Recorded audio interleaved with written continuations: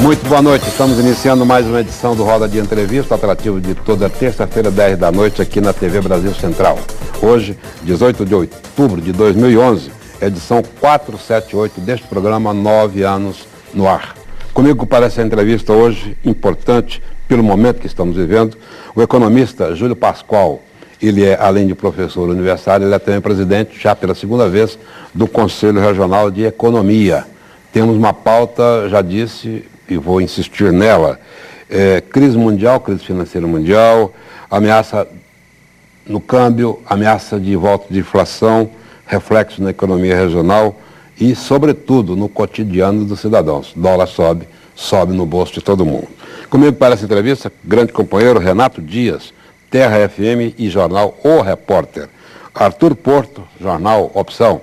Do outro lado, essa belíssima Renata Rocha, economista, âncora do TJ Goiás, o CGTV, e companheiro aqui da casa, Juliano Cabral, da Rádio Brasil Central.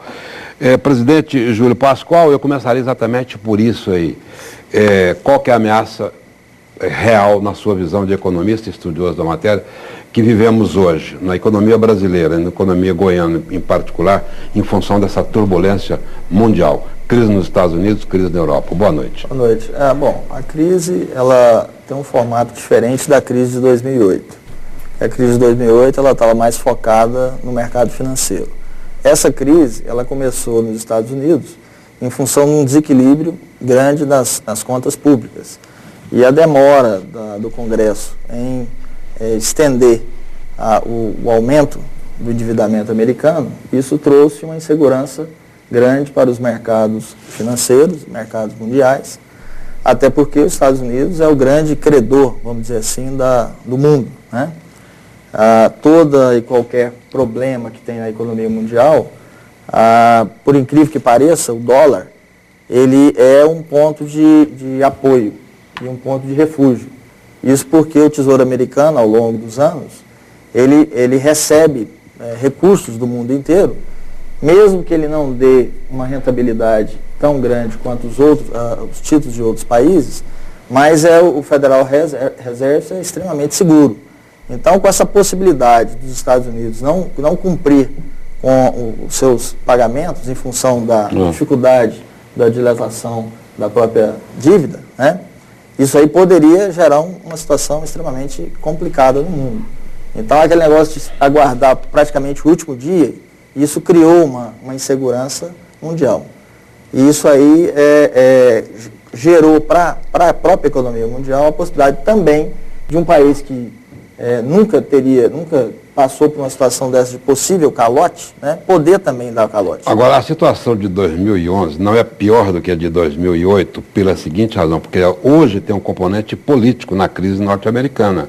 Nós temos uma reação muito forte da sociedade, esse movimento Occupy Wall Street, temos o Tea Party do lado, temos esse movimento de outro lado, e a briga, o confronto aberto do presidente Obama com o Congresso. Ele culpa o Congresso por estar nos Estados Unidos nessa situação. Por isso que eu te pergunto, na sua visão de economista, se não é pior a situação de hoje do que a de 2011. Não, eu acho que ela é pior, porque a de 2008 ela estava centrada mais no setor privado. Grandes bancos, que era bancarrota, em função começou, na verdade, com aqueles títulos, uma dificuldade de alavancagem de recursos para que eles pudessem se manter no mercado. Essa crise ela tem um componente pior, porque ela colocou em xeque a possibilidade dos Estados Unidos vir ou não a honrar com seus compromissos com seus credores que são mundiais. Então, na medida que há cria essa dificuldade no Congresso, isso não ficou apenas no mercado americano. Como a gente está numa economia globalizada, espalhou. E aí, por um lado, demonstrou a fraqueza possível do mercado americano, mas por outro também forçou aí a Europa, né, ela também mostrar as dificuldades que os países da Europa também conviviam, como principalmente a Grécia. Presidente, o economista Plínio Arruda Sampaio Filho, da Universidade Estadual de Campinas, diz que o Brasil de 2011 é mais vulnerável que o Brasil de 2008. E um novo elemento da crise, além da quebradeira em série na Europa, Espanha, Portugal, Grécia, turbulência na Itália e na França, há um ingrediente que é a desaceleração da economia chinesa, que pode afetar, inclusive, a produção de commodities e as exportações brasileiras. Esses componentes formam um caldo de cultura que pode atingir o país, o Brasil? Dizer que o Brasil está imune desse problema da crise, a gente não pode dizer que está imune, né? Mas o Brasil tem componentes macroeconômicos extremamente satisfatórios, né? Quer dizer, a gente tem hoje um superávit primário, a gente tem problema com juro. Eu acho que o grande problema do Brasil é juro. Por mais que o Tobini venha numa política com viés de baixa na taxa Selic, quer dizer, a gente ainda tem um juro muito alto, a gente tem um juro de 12%, enquanto que o mundo, em média, tem um juro variando aí de 0,5% a 1,5%. Então, enquanto tiver a gente tiver com essa diferença de taxa de juros, a gente tem, por hora, um superávit primário, mas nós estamos aumentando a nossa dívida interna. E aumentando a dívida interna, a gente fica extremamente vulnerável, né? Então, vamos dizer assim, se a China tiver um desaquecimento, porque hoje o grande mercado é o chinês, porque os Estados Unidos estão entrando num processo recessivo, a Europa com um problema muito grande. Então, há uma tendência de retração nas compras, tanto dos americanos quanto dos europeus, para com os países emergentes, no caso do Brasil. O que está segurando? A China, né? Se a China realmente desaquecer, se ela desaquecer em torno aí de 0,5% a 1%, isso não vai trazer muito problema para o Brasil, não. Mas se a retração dela for maior, a gente começa a ter problema com o setor de exportações nosso. Agora, por um lado, a economia é interessante, porque se eu diminuo a remessa de produtos para fora, né, eu estou diminuindo as exportações, eu posso me voltar para o mercado interno. Então, de repente, essa retração também mundial, ela pode criar uma situação positiva em termos de quê? De forçar a queda dos preços internamente, porque se eu não estou mandando para fora, eu estou trazendo internamente. Mas aí vem o problema... Mas esse desaquecimento da economia chinesa, ele não traz já reflexos imediatos, inclusive na projeção da equipe econômica do governo federal, do crescimento para 2011? Não, depende do percentual de desaquecimento, né? Se a gente tiver um desaquecimento em torno de 0,5%, de 0,5% a 1%, isso reflete pouco no Brasil. Agora, se essa queda for maior do que isso, aí sim a gente começa a ter problemas internamente. Agora, eu acho que a China, nós temos uma vantagem. Porque o que a China precisa? A China precisa basicamente de energia limpa, a gente tem. E ela precisa de alimento, que a gente tem. Então, ela pode desaquecer em quê? Em termos de máquinas, equipamentos, etc. e tal. No campo da alimentação e no campo da energia limpa, a gente pode sobressair. Aí, tanto o Brasil quanto o Goiás ficam numa situação extremamente positiva. Então, quer dizer, dizer que não vai contaminar é complicado. A gente está numa economia globalizada. E numa economia globalizada, os países têm problemas similares, né? Então, não tem como acontecer uma situação aqui e não refletir de cá. É o mesmo problema aí, ó. Estourou o problema americano, problema de dificuldade de pagamento dos títulos, né? Quer dizer, isso permeou a Europa porque outros países que estavam em situações similares acabaram sentindo o mesmo problema. Então não dá para você ter uma situação aqui e não ter de cá. Agora, a gente ainda está numa posição boa. O problema, por exemplo, a questão do Plínio que você colocou. Eu acho que o Brasil tem uma diferença. A gente tem um sistema financeiro forte. Os nossos bancos não estão atravessando problemas como os bancos europeus e os bancos americanos estão. Então, quer dizer, a gente está um pouco melhor do que eles, tá?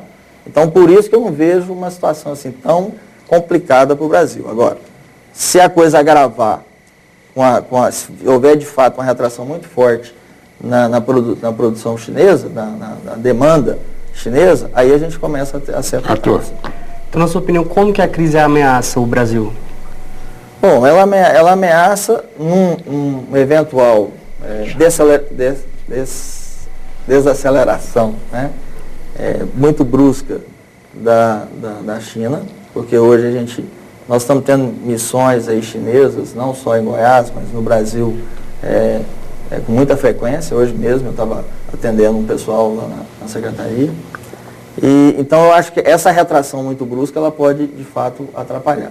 Agora, o problema do Brasil é o seguinte, nós estávamos 2 meses atrás convivendo com um problema de apreciação do câmbio. A gente tinha o real subindo e o dólar caindo. Isso favorecia para nós importar e piorava para exportar, né?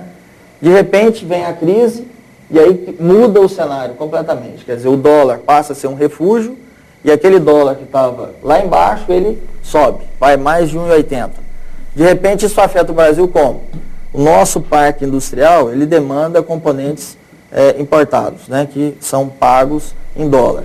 Se o dólar cresce muito, a gente aumenta o custo operacional nosso e isso se reflete em termos de inflação. Então, esse é um ponto que a gente pode ter. Se ao contrário, a gente mantém o dólar baixo, mas a gente está com a renda alta interna e isso faz com que os preços relativos internos, comparados com os externos, fiquem mais caros, a gente passa a importar mais do que exportar. Você não tem o problema da inflação, mas você tem um problema do equilíbrio na balança comercial. Então, afeta de todo jeito, né?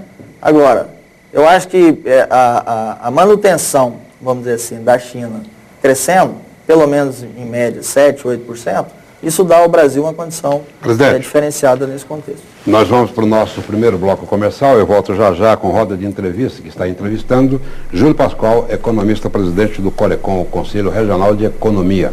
Já a gente está de volta.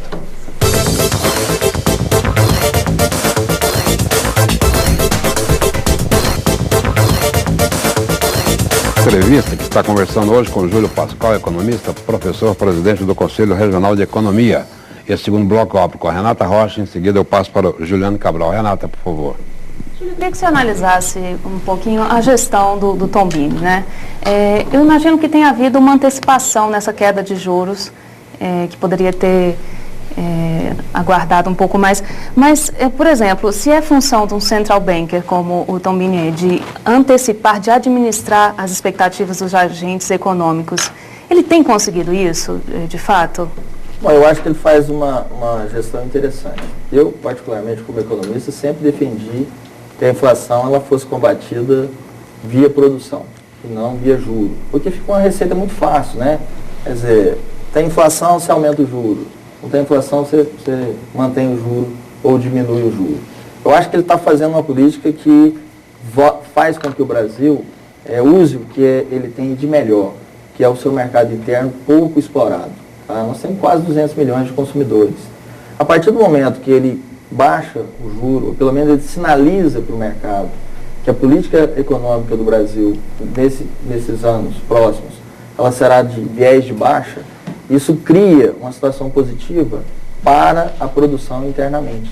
Então a gente passa a ter um outro cenário, não apenas dependendo do cenário externo. Então acho que isso aí, de uma certa forma, ele antecipou, porque estava todo mundo esperando que, na pior das hipóteses, ele mantesse a taxa de juros Selic no ponto que ela estava, ou aumentasse, que era a receita que vinha sendo feita nos últimos 8 anos. Né? Então acho que ele antecipou, sim, e ele joga, ao mesmo tempo, inclusive com a própria crise, porque ele reduzindo o juro, ele estimula o mercado interno, e se a crise não for muito forte, ele consegue manter as exportações.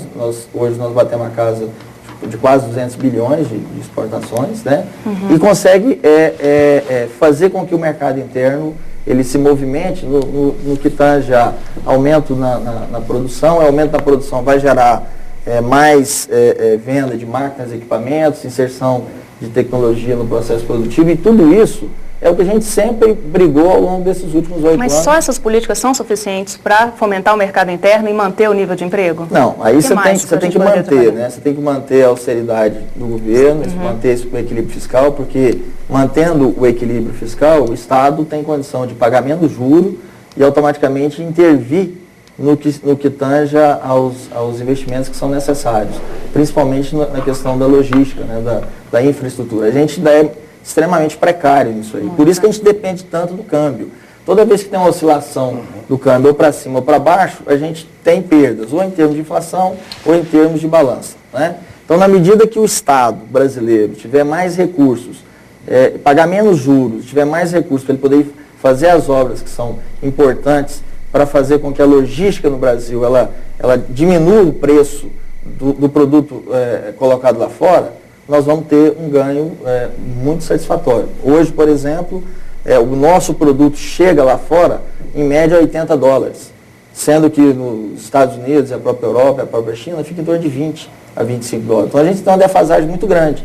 E a gente só tem sido competitivo com relação ao câmbio. Então, para a gente ser competitivo, é preciso que tenha um desequilíbrio na taxa de câmbio.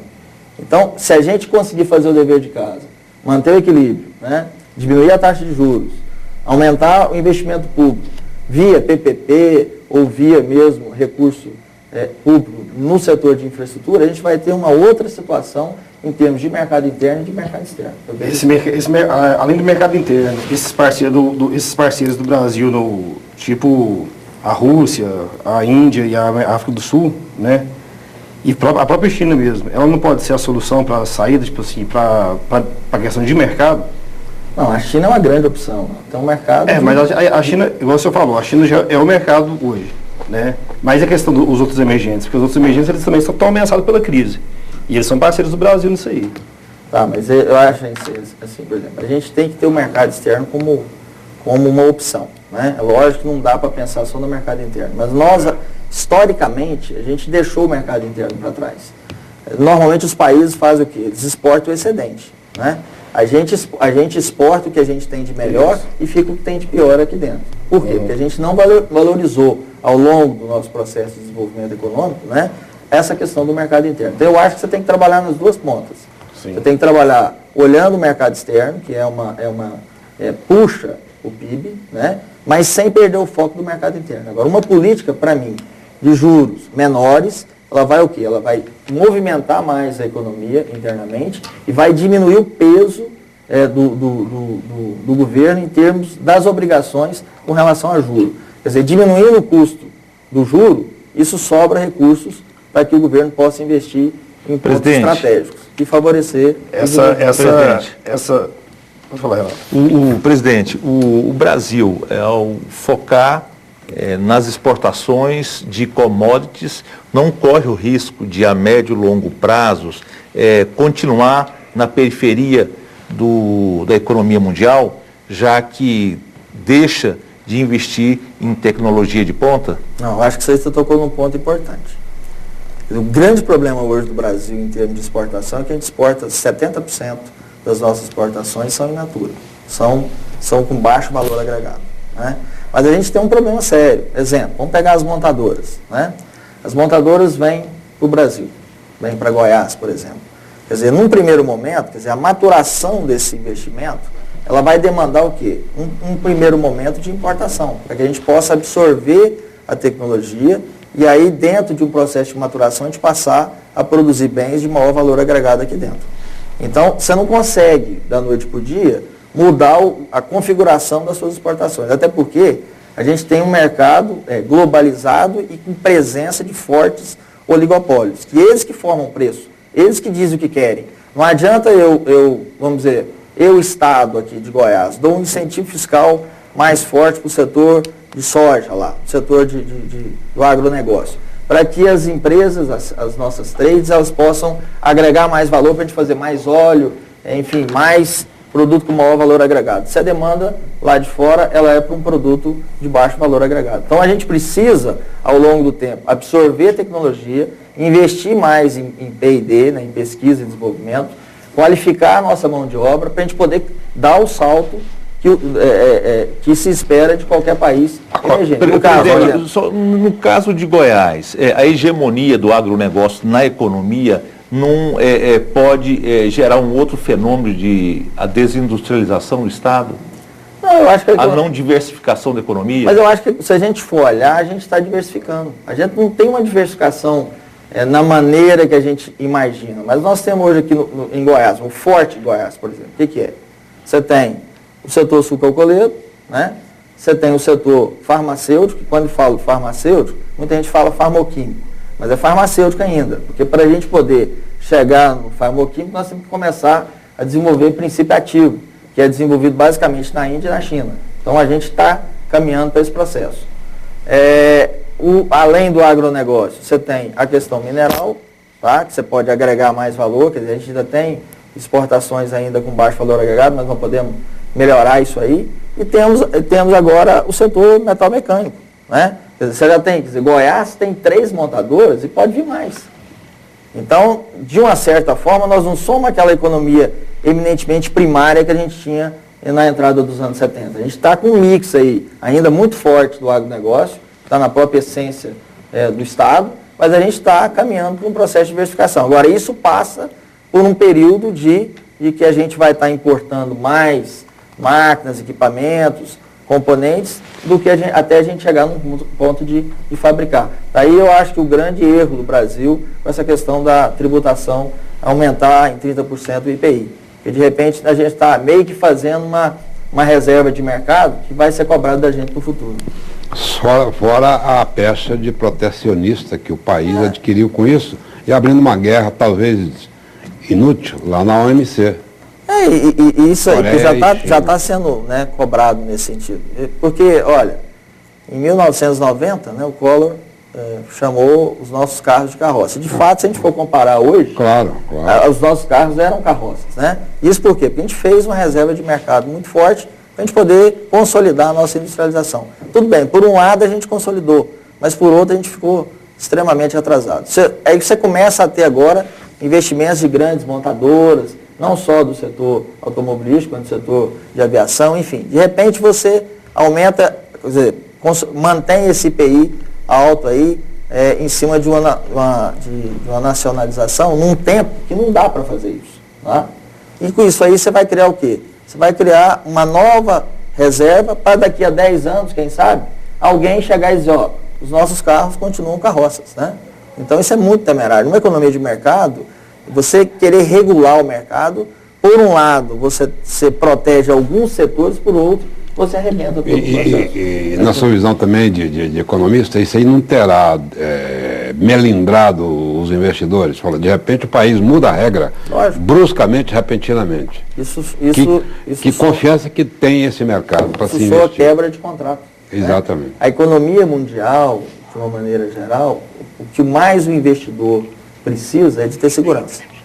E a quebra de contrato no meio do processo, isso tranquilamente inibe investimentos. Nós vamos para mais um bloco comercial. Júlio, a gente volta já já. Estamos aqui no Roda de Entrevista com o Júlio Pascoal, economista, presidente do Conselho Regional de Economia. Renata.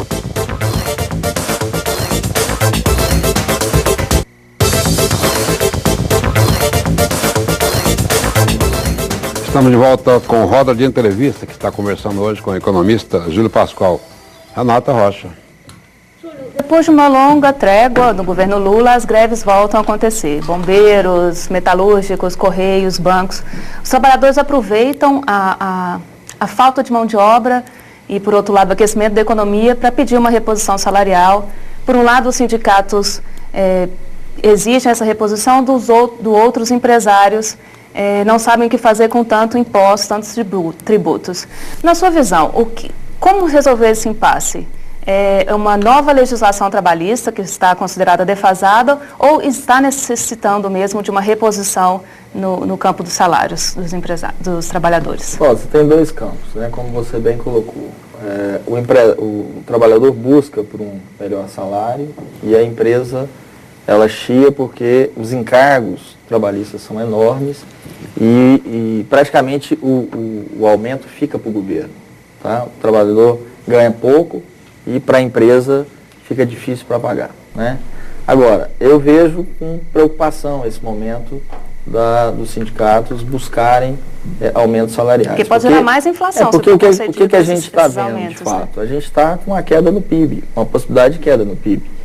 Então, se a gente está com uma possibilidade de queda no PIB, automaticamente você vai ter uma queda na arrecadação. Né? E aí isso freia, isso muda o cenário da economia. O momento de você buscar aumentos é quando você tem uma perspectiva de aumento da riqueza. Porque aí você vai cobrar essa distribuição maior do bolo. Né? Então, os sindicatos buscam 9, 10, 12, 15% de reposição e o governo acena com 1,5%, 2%. Então, isso cria uma situação extremamente desconfortável. Eu vejo que quando a economia está passando por um processo, a gente tem uma crise mundial que não deixa de afetar a economia brasileira, então o momento não é um momento para você buscar aumento de salário. Até porque a gente embora, só para concluir, a gente tem uma taxa de desemprego baixa em relação aos outros anos, a gente tem em torno de 6,2%, nós temos mais de 3 milhões desempregados. Então isso cria o chamado efeito de substituição, quer dizer, de repente eu não fico por 1.000, mas tem alguém que fica por 500. Então eu não vejo isso agora como um momento importante para poder aumentar o... professor Ricardo Antunes, da Unicamp, participou de um seminário ontem em Goiânia, ele citou o caso dos bancários. A década de 80, marcada por mobilizações dos bancários, a categoria tinha 900 mil bancários naquela década. Hoje, em torno de 450, 490 mil. O crescimento do PIB no ano de 2010 e os lucros estratosféricos das instituições bancárias e financeiras. Não é o momento de reivindicar reposição salarial? Olha só, em 2009 nós crescemos o PIB comparando com 2008, que foi uma queda muito grande em função da crise internacional que acabou afetando todo mundo, mesmo o Brasil, que estava com as instituições financeiras organizadas, vamos dizer assim, né? Na medida que você vai avançando a economia, você vai crescendo a economia, você vai tendo um peso maior do setor de serviços em detrimento do setor primário e do setor industrial. O setor de serviços, ele demanda mais investimentos em P&D, mais em pesquisa, em desenvolvimento. Ele é mais automatizado, vamos dizer assim. Então, ao longo da década de 80, 90, quer dizer, a gente está tendo o quê? As estruturas dos bancos permanecem as mesmas, né? Mas você está tendo o quê? A troca da mão de obra pelas máquinas, que é uma coisa natural dentro do processo de desenvolvimento de qualquer economia. Agora, por um lado você tem o crescimento do PIB em cima de anos que não cresceram tanto em função de problemas externos, tá? Então, por exemplo, a economia crescer agora em torno de 3 ou 4%, em cima de 2010 que cresceu 5%, quer dizer, você está tendo uma queda no PIB. Mas comparando 2010 com 2009, quer dizer, houve um crescimento muito grande. Por quê? Porque praticamente o ano anterior não cresceu nada. Então, se a gente for olhar, a coisa não está assim. Quer dizer, o PIB mundial está crescendo em média quanto? 2,5%, 3%. Se crescer 3%, olha lá a economia que vai conseguir gerar isso aí, né? Em média. Quer dizer, tirando a China, os outros países estão crescendo muito pouco. Quer dizer, o Brasil mesmo crescendo 1,5%, 2% ou 3%, ele vai estar crescendo dentro da média mundial. Então, eu vejo o momento, quer dizer, o trabalhador tem que reivindicar, mas eu não vejo esse momento como sendo o momento principal. Eu acho que a gente ainda está com um problema de estrangulamento muito Então, eu gostaria de complementar essa análise, ao você falar de salário, de ganho, etc. A economia popular, neste momento, que risco que ela tem? Eu digo aquele pequeno poupador, aquele que faz uma economiazinha, por exemplo, para investir num carro novo, ou numa casa, ou mudar para uma casa melhor. Esse momento é de aflição para muita gente. Qual que é a visão do economista sobre esse cenário? Bom, partindo do princípio que o cenário externo afeta indiretamente o interno, o momento é de cautela. Eu acho principalmente investimentos, gastos, né, de médio e longo prazo são temerários, porque a economia muda de uma hora para outra e, de repente, aquele setor, por exemplo, quem trabalha no setor de exportação, há um ano atrás estava vivendo uma situação extremamente positiva, porque o setor de exportação estava puxando o aumento do PIB do Brasil. Então, quem estava nesse setor praticamente estava garantido.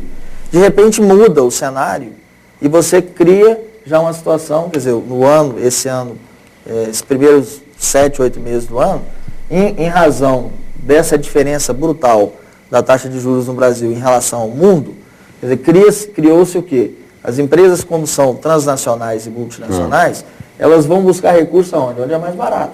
E vão procurar otimizar os seus lucros aonde? Ou no setor produtivo ou no setor financeiro. Então estava acontecendo o quê? Estava captando lá fora, estava aplicando em ativo financeiro aqui, e com isso aumentava a busca pelo real, diminuía a busca pelo dólar. Então, inverteu a situação e começou a favorecer as importações e não favorecer as exportações. Então, quem estava no setor exportador começou a ter problema, podendo vir a perder o emprego, né? E favorecia o setor importador. Quer dizer, com a crise, mudou de novo a situação. Então, quer dizer, com a crise, quem estava importando muito, passou a importar menos e já favorece as exportações novamente. Então, num período instável desse, e tendo a economia mundial, por mais que ela afete pouco, mas ela afeta o Brasil, Então, não é hora, eu vejo que o trabalhador, de uma maneira geral, ele precisa se precaver, procurar fazer, o cidadão procurar fazer gastos que fiquem, de fato, dentro da renda dele, que não comprometa muito no médio e longo prazo. E mesmo o consumo tem que ser conduzido com comedimento. Ah, não tem nem dúvida. Porque também se a gente for consumir, se aumentar muito o consumo, isso também vai gerar o problema de inflação, né? Mas... O problema de inflação pode... Aí vem o problema... É uma bola de aí vem o problema. Eu posso continuar mantendo... Porque quando eu reduzo a taxa de juros e sinalizo para o mercado que eu vou estar com um viés de baixa, existe um hiato entre a decisão do juro, que é justamente a discussão foi aí agora, foi os 2 prêmios nobres, né? Certo. Existe um hiato entre a tomada de decisão do juro com o aumento da produção, porque o empresário, ele fica vendo qual que de fato é a da política econômica. De repente ele aumenta a produção e você aumenta o juro, você não tem para quem vender. Aí, em vez de você ter um lucro, você pode ter, de repente, um processo deflacionário no país. Falando nisso, qual que é a sua expectativa com relação à decisão, já que estamos falando de decisão, do Copom nesta quarta-feira? A tendência de continuar caindo o juro. Mesmo assim, nós ainda estamos 2 pontos a mais do que outubro do ano passado. Hoje nós temos uma taxa de 12, ano passado nós estávamos em 10, quer dizer, cortamos, mas parece que temos que continuar eu acho que o corte deve continuar em torno de 0,5%. 0,5%, 7%. A gente tem que manter, porque eu acho que a gente tem gordura para queimar. Nós estamos com 12, nós podemos chegar aí até a 9, por exemplo. Tá a expectativa otimista, de algumas áreas tem uma expectativa para 2012 abaixo de 10%, quer dizer, o juro de um dígito. Na sua visão, é otimista demais essa expectativa? Eu acho que como o Banco Central adotou a política contrária de redução da inflação do que vinha se adotando nos últimos 8 anos, ele vai trabalhar com a expectativa de estar, vamos dizer assim, buscando o equilíbrio da demanda com o aumento da oferta. Entendeu?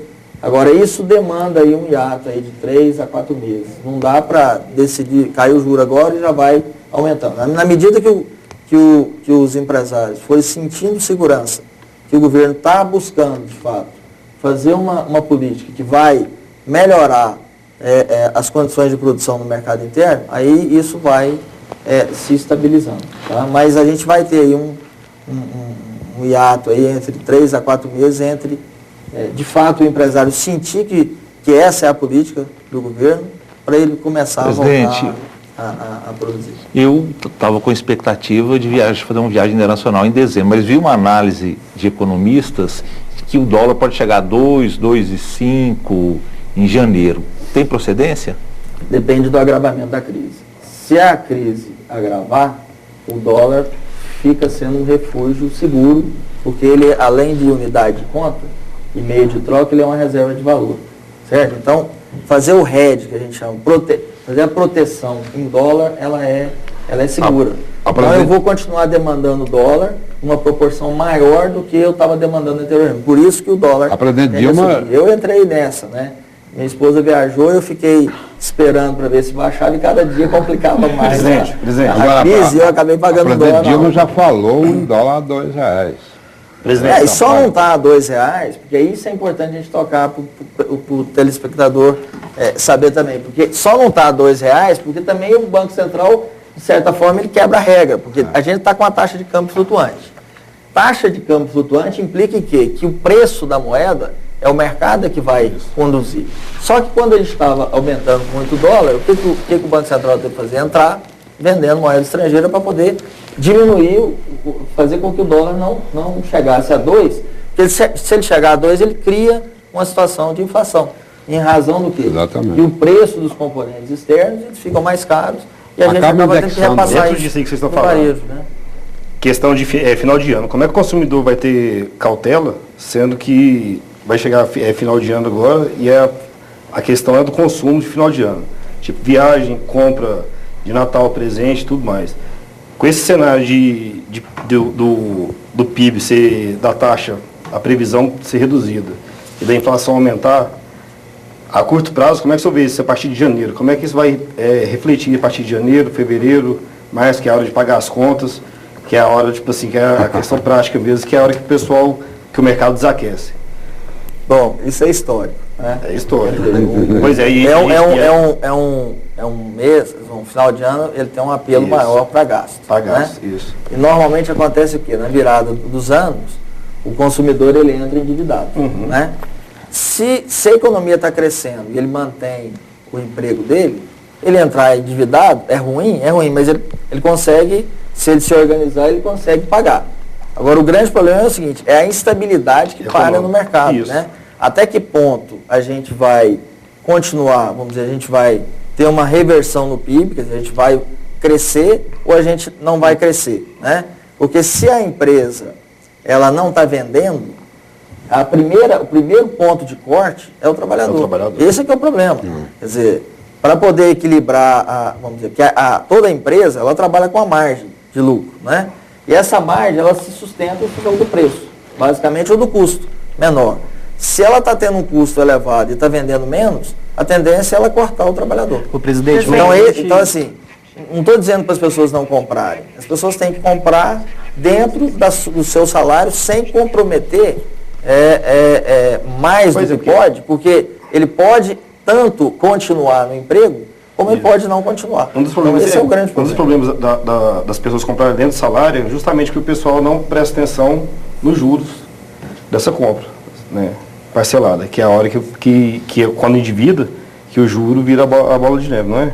Qual que é o grande lance? Vamos pegar aqui, por exemplo, cartão de crédito. Isso. É bom usar cartão de crédito? É bom, desde que você pague no vencimento dele. Se você pagar no vencimento dele, você tem um ganho interessante. Você vai comprar com 30 dias, né? Ou você pode dividir dentro do cartão e você pagando direitinho, você não tem o juro grande dele. Se você atrasa, e vai cair, isso é uma armadilha, às vezes, para o consumidor. Se você atrasa, e aí você vai lá pagar e paga lá o valor mínimo, você está pagando um juro de no mínimo 200%. Para uma inflação que está girando aí em torno de 6,5%, 7%, imagina a conta que o cara vai pagar. Outra armadilha, cheque especial. Né? E a gente, quando ganha o cheque especial, num primeiro momento aquilo é um refresco. Mas se você usa ele todo, aquilo passa a incorporar no seu salário. Então você tem menos aquilo que você, na verdade, foi estendido de crédito para você. Então a grande sacada é o quê? Vamos dizer assim, se não dá para comprar à vista, é comprar num tempo menor. Porque é simples, olha, se você compra 12 meses, você tem uma taxa de juros. Você vai oferecer um risco para a quem está te vendendo. Se você aceita em comprar em 60 meses, significa o quê? O juro embutido dentro daquele produto é muito maior. E a financeira trabalha no longo prazo com um juro maior, porque se ele não receber o principal, só o juro vai dar para ele um ganho grande. E aí o consumidor acaba ficando no SPC, enfim. Então tem que ter muito cuidado com isso aí. Né? Nós vamos agora, Júlio, para o nosso último bloco comercial. A gente volta já com o quarto e último bloco do Roda de Entrevista deste 18 de outubro. Estamos conversando com Júlio Pascoal, economista, presidente do Corecon.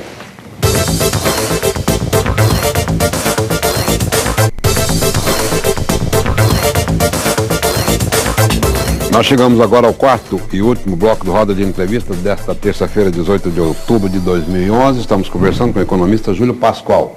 Como assunto é o que não falta, e nós já estamos no nosso último bloco, eu vou propor para todo mundo aqui o seguinte: sejamos todos mais objetivos para a gente arrancar mais informações desse brilhante economista que é o Júlio Pascoal. Quem quer começar?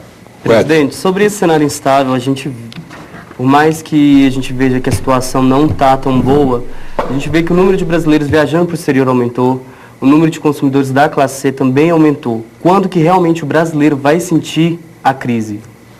Existe uma previsão, assim, na sua visão? Bom, eu acho que o brasileiro ele sente a crise na medida que ele perde o seu emprego ou que ele tem um nível de endividamento maior do que a própria capacidade de pagamento dele. Eu acho que na medida que você não consegue arcar com seus compromissos em função ou de perda salarial ou de perda de emprego, ou porque você se manteve como empregado, mas foi além do que você podia ir, você começa a sentir os efeitos da crise.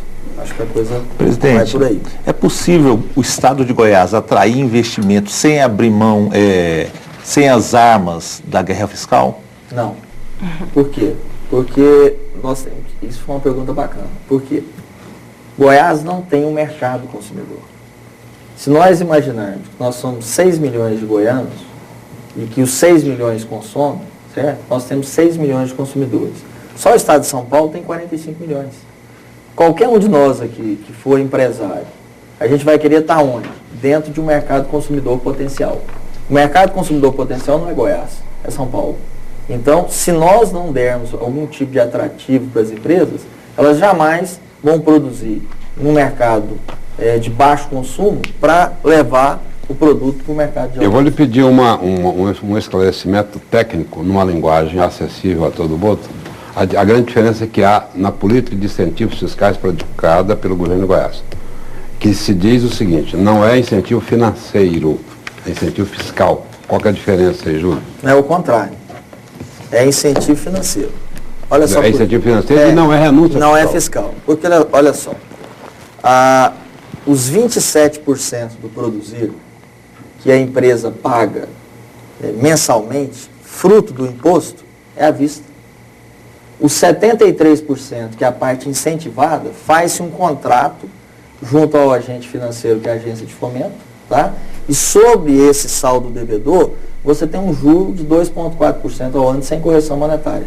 A partir do momento que você gera um empréstimo e em cima desse empréstimo você gera juro, não há que se falar em renúncia fiscal. Esse é um problema que tem aí na economia. E Goiás tem um programa extremamente inteligente. Por quê?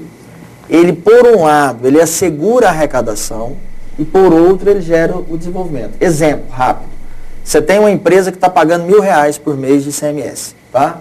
Ela vai entrar num processo de expansão. Ela tem que comprovar pelo menos 30% de investimento.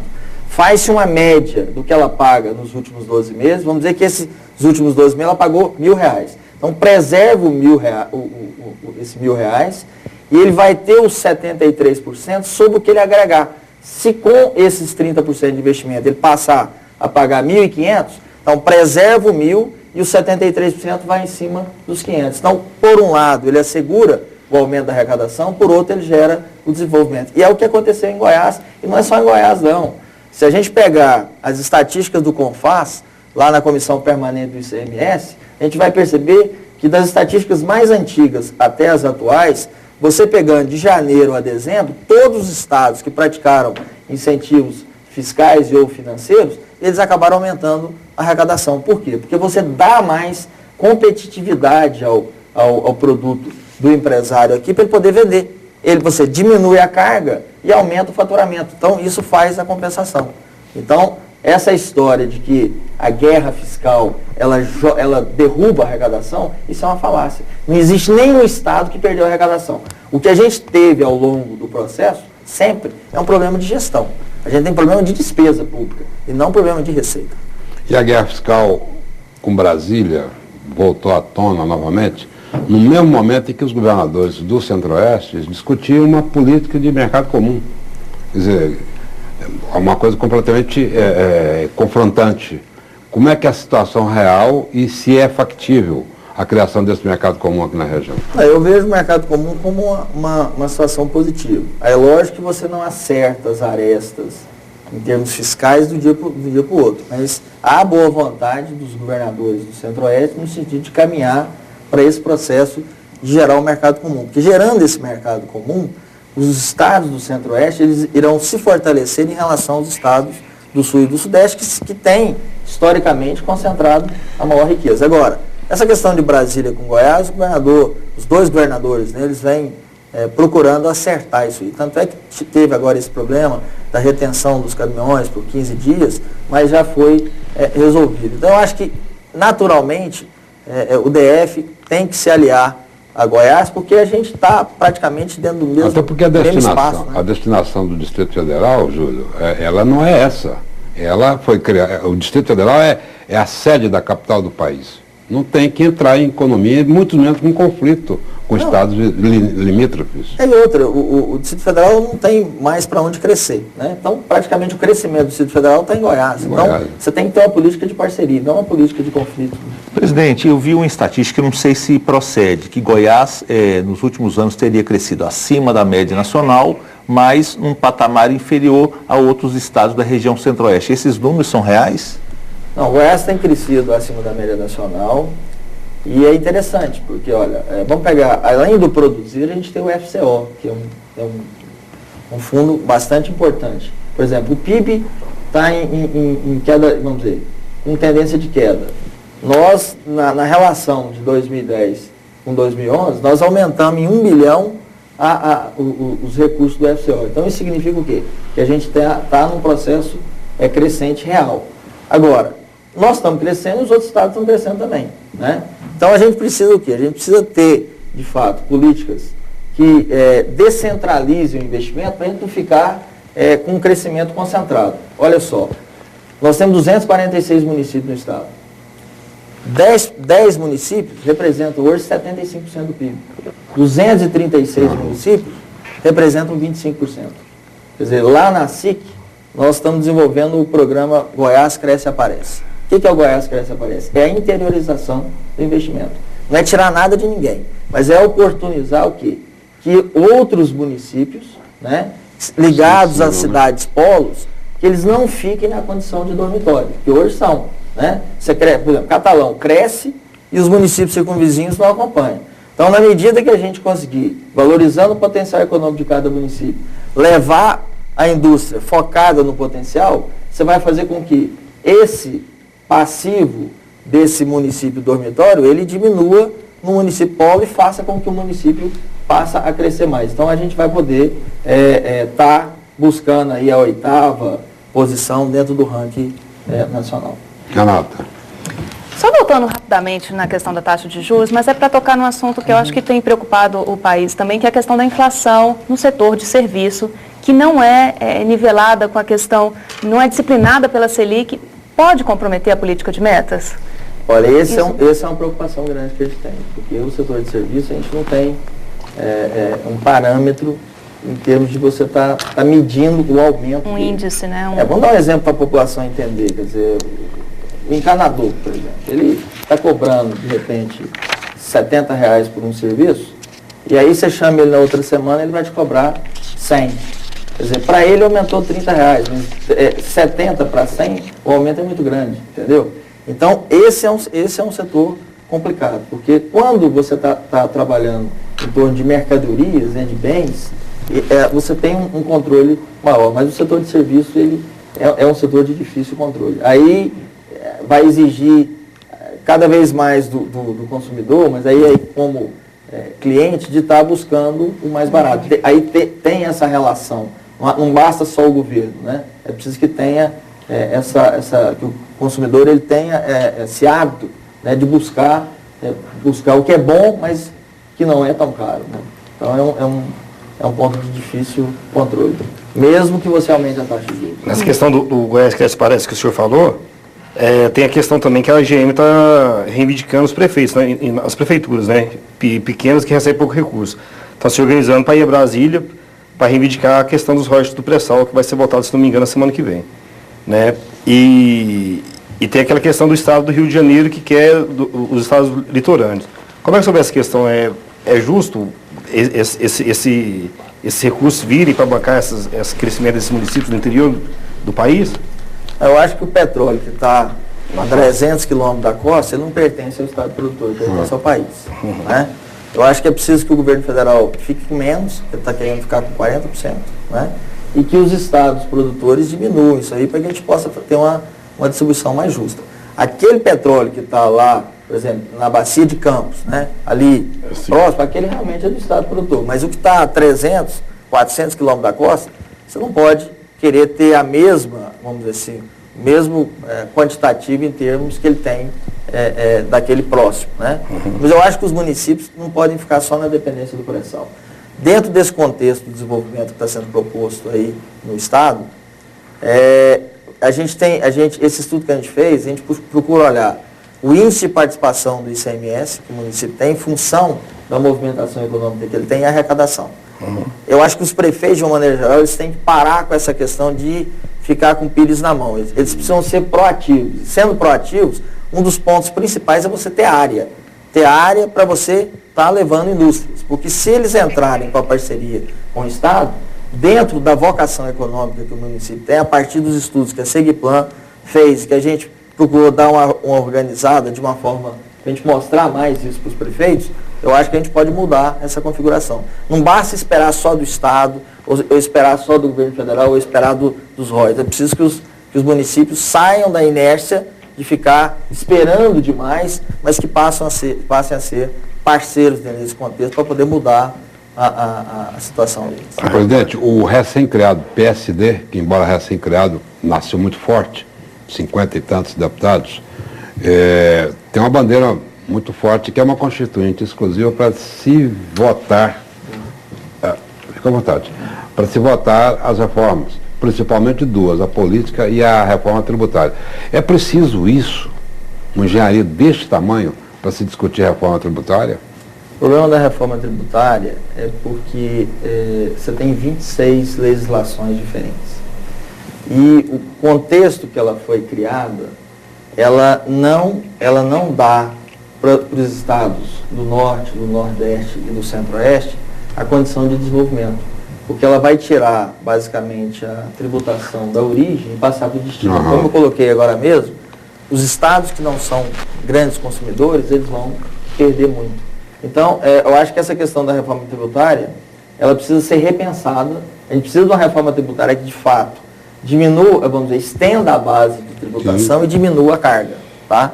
Porque se a gente aprovar nos modelos que está aí, mesmo com essa bancada nova aí do PSD, ao invés de a gente estar reduzindo a carga tributária, nós estamos aumentando, saindo de 35,7 para 37,8,9, porque aí você vai acabar com os incentivos, e os incentivos, eles representam cerca de praticamente 2,5% na relação do PIB.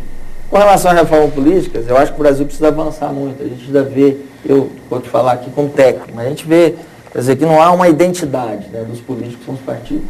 A coisa é muito pessoal, muito para resolver o problema naquela hora, né? Eu acho que falta ainda no Brasil uma cultura maior de identidade com os partidos, de olhar o que o partido de fato defende, né? Não tem, a gente não vê essa identidade do político com o partido. Eu acho que uma reforma política tinha que partir para um financiamento público de campanha, para diminuir essas situações que vêm acontecendo e que estão levando, inclusive, as pessoas agora foram para a rua, né? Para dizer não à corrupção. Então tem uma série de coisas que a gente mesmo sendo técnico, né? Você fica abismado com as coisas que estão acontecendo no país. E embuta uma questão, ao meu ver, é altamente preocupante, que é esse leque amplíssimo de partidos políticos. Acabou-se de se criar mais um, PSD, e vai se criar mais outro. A Marina Silva está desenvolvendo um movimento para se criar outro, já para as eleições presidenciais de 2014. Nós tínhamos que, ao contrário, tínhamos que enxugar isso. Mas aí a decisão é política e os políticos fazem de acordo com as respectivas conveniências. E eles é que votam, né? Então eles é que votam, dificilmente eles vão votar alguma coisa que prejudique a eles.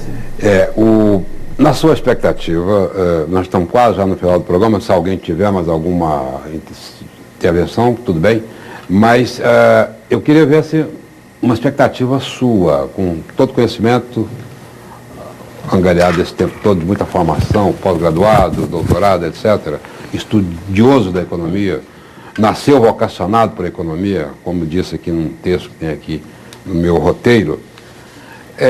Há que se pensar otimistamente ou temos que ter mais cautela do que otimismo, enfim, o que nos espera nessa virada aí de 2011 para 2012? Presidente, só complementando o Reinaldo Rocha, o governador do estado, Marconi Perillo, diz ter dado um déficit de 2 bilhões e 44 milhões, os mesmos números que apontaram a CPI do rombo.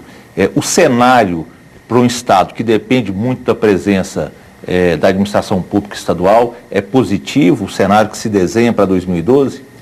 Não, dizer que a gente não pegou com dificuldade, a gente não pode dizer isso, né? A gente pegou com dificuldade. Agora, eu vejo uma diferença muito grande do governador Marconi para o governador anterior. O governador Marconi, ele não fica sentado lá na sala dele esperando as coisas acontecerem, ele vai atrás, né? Ele já foi na China, ele já foi na Europa, ele já foi em vários lugares para poder buscar o quê? Investimentos para Goiás e vendendo Goiás no bom sentido.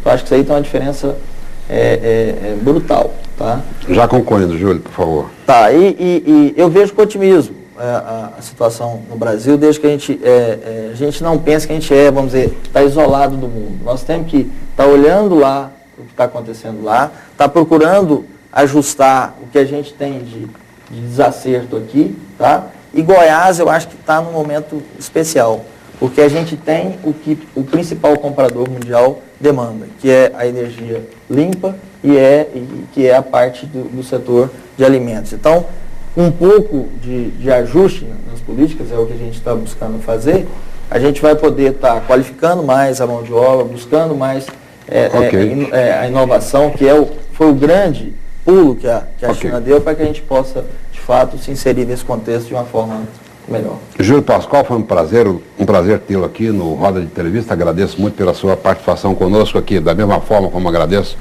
a colaboração especialíssima, Renato Dias, Arthur Porto, Renata Rocha, Juliano Cabral. Este programa tem produção e coordenação a cargo de Ana Lúcia Pereira e Norma Leite.